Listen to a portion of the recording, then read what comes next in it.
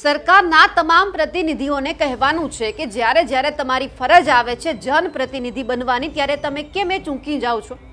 તમે ફક્ત અહીંયા સરકારના પ્રતિનિધિ બનીને જ રહી જાઓ છો. જ્યારે લોકોને તમારી જરૂર છે ત્યારે તમે સમયસર ત્યાં પહોંચતા જ નથી. તમને સવાલ કરવામાં આવે છે તો તમે ઊભી પૂંછડીએ ભાંગી જાઓ છો. આજે વાત એટલા માટે કરવી પડે છે મનસુખ માંડવિયાની, જે પોરબંદરના સાંસદ છે એમની, કારણ કે સુરતની અંદર જ્યારે એમને સવાલ કરવામાં આવ્યો અમરેલીને લગતો તો બોલ્યા કે મારે અત્યારે જવાબ નથી આપવો, મેં તમને ના પાડી છે, હું નથી બોલવાનો.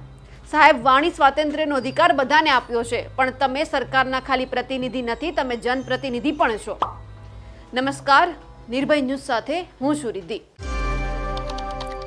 આજે બે ઘટનાની વાત કરવી છે પોરબંદરના જે સાંસદ મનસુખ માંડવિયા છે તેમને લગતી. સૌથી પહેલા વાત કરવી છે ઉપલેટાની, કે ઉપલેટાની અંદર મનસુખ માંડવિયા સાહેબ આવવાના હતા અને એમનો કંઈક કાર્યક્રમ હતો, પરંતુ એ કાર્યક્રમમાં આવે એ પહેલા જ એમનો વિરોધ થવા લાગ્યો. અને જે પોરબંદરનું એક ગ્રુપ છે એમાં બધા જ જે ડિસ્ટ્રિક્ટ છે અને ખાસ કરીને જે તાલુકા છે તે બધા જ લોકો એમાં જોઈન થયેલા છે. એટલે અહીંયા આપણને સૌથી પહેલા જે પોરબંદરનું ગ્રુપ છે એ દેખાઈ રહ્યું છે અને એમાં મેસેજ અત્યારે ફરી રહ્યા છે. પોરબંદર લોકસભા નામનું એક ગ્રુપ છે અને એમાં જે લોકો છે મેસેજ કરી રહ્યા છે, આ ભાઈ એના ગામના પ્રશ્નો સોલ્વ નથી કરી શકતા તો ઉપલેટાના સોલ્વ કઈ રીતે કરશે? ઉપલેટાની પ્રજાને MP અને MLA બે બોગસ મળ્યા છે. કોઈ લોકોની એમની ચિંતા જ નથી, કોઈ પાસેથી આપણે આશા રાખવાની નથી. અહીંયા મનસુખ માંડવિયાની પણ વાત થઈ રહી છે, ઉપલેટાના જે ધારાસભ્ય છે તેમની પણ વાત થઈ રહી છે. સવાલ એ છે કે આવો સવાલ કેમ ઊભો થયો? કામ નહીં કરતા હોય એટલા માટે? લોકો તો ખાલી ખોટી રીતે આવા મેસેજ વાયરલ ના કરે. હવે જે વ્યક્તિથી ભાવનગરનું ભલું નથી થતું એ વ્યક્તિ પોરબંદરનું અને એમના જે અંદર જે બધા લોકસભાની અંદર જેટલી પણ તાલુકા આવે છે એ બધાનું ભલું કરવા માટે નીકળ્યા છે. પણ આ સાહેબને કહેવાનું કે ભાવનગરનું હજુ ભલું તમારાથી નથી થયું અને તમે આનું ભલું કરવા નીકળ્યા છો. તમે તો કોઈને જવાબ પણ સરખા નથી આપતા. જ્યારે ભાવનગરની અંદર જે મલ્ટી સ્પેશિયાલિટી હોસ્પિટલ બની રહી હતી એ સમયે એમને સવાલ કરવામાં આવ્યો હતો પત્રકાર દ્વારા, તો આ સાહેબ બેશરમ થઈ અને બોલ્યા હતા કે તમારી દુકાન બંધ કરો. પત્રકાર પોતાની દુકાન ખોલીને તમારી પાસે નથી આવતો, તમે પ્રેસ કોન્ફરન્સ કરો છો એટલા માટે એ લોકો આવે છે, તમારી પાસે માહિતી માંગવા માટે. તમે કોઈ પ્રોજેક્ટ મૂક્યો છે, એમની નીમ મૂકી છે, એ ક્યાં સુધી પહોંચ્યો છે તમે તો નથી કહેતા, પરંતુ એ જ પત્રકારો છે લોકોને કહે છે કે તમારી સુખ સુવિધા માટે આવું કંઈક બની રહ્યું છે. તમે પ્રેસ કોન્ફરન્સ કરો છો, પત્રકારોને બોલાવો છો અને પછી તમે એમની જ બેઇજ્જતી કરો છો અને કહી દો છો કે તમારી દુકાન બંધ કરો. હમણાંનો સુરતની જે ઘટના બની, અમરેલીમાં જે પત્રકાંડ થયો ત્યારે પણ આ સાહેબ જે પાટીદાર નેતા છે એક શબ્દ નથી બોલ્યા. વિચારતા હશે કે અમરેલીમાં બન્યું, મારે શું છે? સાહેબ, જ્યારે સમાજની વાત આવે છે ત્યારે પાટીદાર સમાજના બધા જ નેતાઓ ભેગા થયા હતા, પણ તમે નહોતા દેખાયા. તમને પૂછવામાં આવે છે તેમ છતાં તમે એવું કહી દો છો કે ના, મારે નથી બોલવું, મારે બાઇટ નથી આપવી, હું અત્યારે નહીં બોલું. તો સાહેબ, ક્યારેક આગળ જ્યારે કોઈ ઘટના આવી નાની નાની બને છે, કોઈક મોટું સ્વરૂપ લઈ લેશે, તમે ત્યારે બોલશો? હવે આ દીકરી 5 દિવસથી જેલમાં હતી. એક પત્રકારને તમારી પાસે આશા હતી કે તમે કંઈક જવાબ આપશો, તમે કંઈક એવું કરશો. દીકરી જેલમાંથી ભલે બહાર આવી ગઈ, પરંતુ તમે એમને ન્યાય અપાવવા માટે કંઈક કરશો, પણ તમારી પાસે તો એમનો પણ જવાબ નહોતો. તમારી પાસે લાગે છે કે કોઈક સવાલના જવાબ જ નથી હોતા. ખાલી તમને પત્રકારો સવાલ કરે છે અને તમે પત્રકારોની જ બેઇજ્જતી કરી નાખો છો.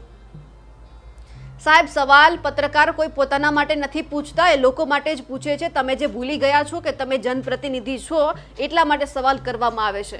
કારણ કે અવારનવાર જ્યારે તમે આ રીતે બહાર આવો છો એટલે તમારું જે વર્તન છે એ સરકારના પ્રતિનિધિ તરીકેનું થઈ જાય છે. તમે જનપ્રતિનિધિ છો એ તો તમે સાવ ભૂલી જ જાઓ છો. હવે અહીંયા એટલા માટે લખવામાં આવ્યું છે કે એમના કામ નથી થતા. સાંસદ તરીકેની તમે તમારી જવાબદારી નથી નિભાવતા. પોરબંદરની અંદર અત્યારે જે જેતપુરનું કેમિકલનું પાણી છે એ પોરબંદરના દરિયામાં ઠાલવવાની વાત છે, એટલે ત્યાંના લોકો પણ હેરાન થઈ રહ્યા છે. અનેક વખત રજૂઆત કરી છે, તમે કોઈ એવો નિર્ણય કર્યો જેથી કરી પોરબંદરના લોકો અને જેતપુરના લોકોમાં જે વિરોધ છે એ સમી જાય, પણ તમારી પાસે એમનો પણ સમય નથી. એટલે લોકો અહીંયા વિરોધ કરી રહ્યા છે મનસુખ માંડવિયાનો કે સાહેબ આવશે એ પહેલાં જ આપણું કામ કોણ કરશે? કેમ આવવાના છે? ખાલી વાહવાહી લૂંટવા, કાર્યક્રમમાં ખાલી ખુરશી ઉપર બેસવા માટે? પણ સાહેબને કહી દેવાનું કે તમે જનપ્રતિનિધિ છો, તમારે કામ કરવું પડશે. હવે જે અમરેલીમાં જે ઘટના બની હતી તેમને લઈને જે સાહેબે જવાબ આપ્યો છે તે સાંભળીએ.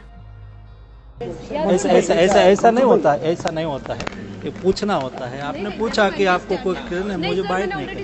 सर हमने पूछा सर ऑलरेडी, मैंने ना किया। आपके पास सर एक डायमंड को लेकर सर खाली 1-2 मिनट अमरेली में जो हो रहा है, जिस तरह से सरगस निकल रहा है, को लेकर डायमंड हमारे लिए मीडिया की व्यवस्था है, बाद में बताऊंगा। मीटिंग जिस तरह से सर उसको लेकर क्या कहेंगे सर आप? अभी समय हमारा कार्यक्रम का समय 2 मिनट लगेगा सर। सरगस के बारे में क्या कहना है? मुझे बाइट नहीं देनी है, सर लेकिन एक ये मेरा राइट है भाई। ऐसा ऐसा नहीं होता है, ऐसा नहीं होता है, ये पूछना होता है। आपने पूछा कि आपको कोई मुझे बाइट नहीं। सर हमने पूछा सर ऑलरेडी, मैंने ना किया। आपके पास सर एक डायमंड को लेकर सर खाली 1-2 मिनट अमरेली में जो हो रहा है, जिस तरह से सरगस निकल रहा है, को लेकर हमारे लिए मीडिया की व्यवस्था है, बाद में बताऊंगा। मीटिंग जिस तरह से सर उसको लेकर क्या कहेंगे सर आप? अभी समय हमारा कार्यक्रम का समय 2 मिनट लगेगा सर। सरगस के बारे में क्या कहना है? मुझे बाइट नहीं देनी है, सर लेकिन एक ये मेरा राइट है भाई। ऐसा હવે આ ઉપલેટાના લોકોને પણ એવી ખબર પડી ગઈ છે કે મનસુખ માંડવિયા સાહેબથી તો કંઈ કામ થવાનું નથી, એમનાથી એમના જિલ્લાનું કામ નથી થયું, એટલે તો એમને પોરબંદર આવીને ચૂંટણી લડવી પડી, જેથી કરી લોકોને થોડો ઘણો વિશ્વાસ આવે અને જીતી જાય, અને જીતી પણ ગયા। જો ભાવનગરમાં ઊભા રહ્યા હોત તો ક્યાંક એમને હારનો સામનો પણ કરવો પડત। આ મેં હતા આરોગ્ય મંત્રી, કેન્દ્રીય આરોગ્ય મંત્રી, એટલે સરકારને પણ એવું હતું કે ટિકિટ તો આપવી પડશે, એટલે કે ક્યાંથી આપે તો કે પોરબંદરમાંથી। લોકો પણ આ જાણે છે અને લોકો મુખે આ ચર્ચા પણ અત્યારે થઈ રહી છે કે ભાવનગરમાં નહોતા જીતવાના એટલે તે પોરબંદર આવ્યા। સાહેબ, પોરબંદર તો તમે બેસી ગયા છો, દિલ્હીમાં જ તમારું ખાલી કામ હોય એવું નથી। તમે જેમના સાંસદ બન્યા છો એ લોકો માટે પણ કામ કરજો, કારણ કે લોકોને સૌથી વધારે એમના સાંસદ પાસે આશા હોય છે કે ગુજરાત સરકારના નેતાઓ એમનું નહીં સાંભળે તો દિલ્હીમાં બેઠેલા લોકો તો સાંભળશે ને। કંઈક વસ્તુ અહીંયા પાસ નથી થતી તો દિલ્હીમાં જઈને તો થશે ને। તમે દિલ્હી બેઠા છો, સાંસદ છો, તમે અત્યારે ખેલકૂદ મંત્રી છો, તમારી પાસે હોદ્દો છે, તો તમારા પોરબંદરની જનતાને ક્યાંક નુકસાન ન જાય એવું પણ કામ કરજો, લોકોની સાથે ઊભા રહેજો અને ખરા અર્થમાં એક જનપ્રતિનિધિ બનીને બતાવજો, કારણ કે સુરતનો જવાબ અમે તમારી પાસે આ સાંભળ્યો છે। પહેલી વખત પત્રકારો મુદ્દે પણ તમારો જવાબ સાંભળ્યો હતો, બીજી વખત તમે આ જ રીતે ઊભી પૂંછડીએ ભાગ્યા છો, જવાબ નથી આપ્યો। તો બોલો ના બોલો એ બીજા નંબરની વાત છે, પણ જ્યારે આવા મુદ્દા બનતા હોય, તમે ગુજરાતના નેતા હોય, પાટીદાર નેતા હોય, પાટીદારની દીકરી વિશે જ્યારે પૂછવામાં આવે ત્યારે તમારે બોલવું જોઈએ। દીકરીને તમારી પાસે પણ થોડી ઘણી આશા હોય છે કે કોઈક તો જે ન્યાય બધા આપવા માટે મથી રહ્યા છે એમાં એક વધારે નેતા આવે। અમારા અહેવાલને લઈને આપનું શું કહેવું છે કમેન્ટ કરીને ચોક્કસથી જણાવજો। સાથે જ મનસુખ માંડવિયાનું જે તમે વર્તન જોયું તેમને લઈને આપનું શું કહેવું છે કમેન્ટ કરીને ચોક્કસથી જણાવજો। સાથે જ અમારી નિર્ભય ન્યૂઝ ચેનલને લાઇક, શેર અને સબસ્ક્રાઇબ કરવાનું ભૂલશો નહીં। નમસ્કાર।